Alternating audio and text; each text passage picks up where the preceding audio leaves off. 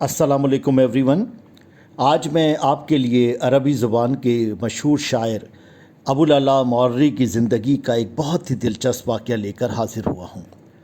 ابوالعلا مورری عربی زبان کا مشہور شاعر تھا۔ یہ شام کے ایک مقام مورۃ النعمان میں 973 عیسوی میں پیدا ہوا اور اسی وجہ سے مورری کہلایا۔ 6-7 سال کی عمر میں چیچک نکلنے کے باعث وہ اپنی بینائی کھو بیٹھا۔ مورری نے بلا کا حافظہ پایا تھا۔ ایک بار جو کچھ بھی وہ سن لیتا وہ اسے یاد ہو جاتا۔ 35 سال کی عمر میں بغداد آیا اور کم و بیش 2 سال تک وہاں رہا۔ بغداد سے واپس جا کر خانہ نشین ہو گیا اور پھر گھر سے باہر نہ نکلا۔ 86 برس کی عمر پا کر 1057 عیسوی میں فوت ہوا۔ مورری کا دیوان بھی چھپ گیا ہے۔ 2 مشہور رسالے اس سے منسوب ہیں، یعنی رسالہ غفران اور لزومیات۔ کہا جاتا ہے ابوالعلا مورری گوشت بالکل نہیں کھاتا تھا، بس سبزی اور پھل کھا کر گزارا کرتا تھا۔ اس کے ایک دوست کو شرارت سوچی۔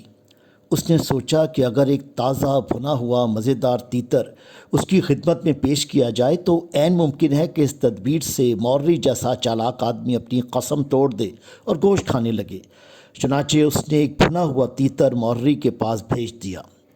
مورری نے جب دسترخوان پر یہ تازہ اور لذیذ کھانا دیکھا تو بجائے اس کے کہ وہ اسے تناول فرماتا، وہ اس بھنے ہوئے تیتر کو دیکھ کر بولا کہ اے غریب و مسکین پرندے، ذرا یہ تو بتا کہ آخر تو نے ایسا کیا گناہ کیا تھا جس کے بدلے میں تجھے ذبح کر کے بھونا گیا؟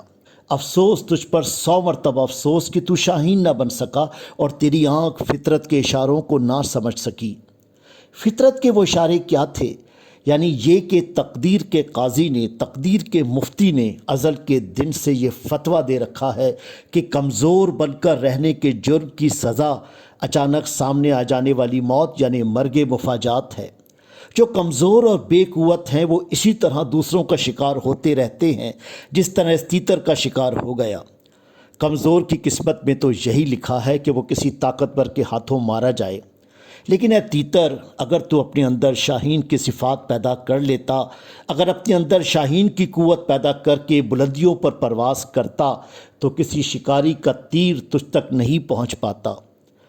تیری بلند پرواز تجھے یوں آسانی سے کسی طاقتور کا شکار نہ ہونے دیتی، اور جیسا کہ افلاطون نے بھی کہا ہے کہ وہاں انصاف کی توقع رکھنا ہی فضول ہے جہاں طاقت ہی سب کچھ ہو، جہاں صرف طاقتور ہی کو عزت اور احترام حاصل ہو۔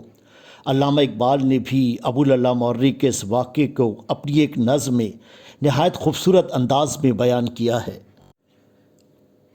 کہتے ہیں کبھی گوشت نہ کھاتا تھا مورری، پھل پھول پہ کرتا تھا ہمیشہ گزر اوقات۔ ایک دوست نے بھونا ہوا تیتر اسے بھیجا، شاید کہ وہ شاطر اسی ترکیب سے ہو مات۔ یہ خانے تر و تازہ مورری نے جو دیکھا، کہنے لگا وہ صاحب غفران و لزومات۔ اے مرغ کے بیچارہ ذرا یہ تو بتا تو، تیرا وہ گناہ کیا تھا یہ ہے جس کی مکافات؟ افسوس صد افسوس کے شاہین نہ بنا تو، دیکھے نہ تیری آنکھ نے فطرت کے اشارات۔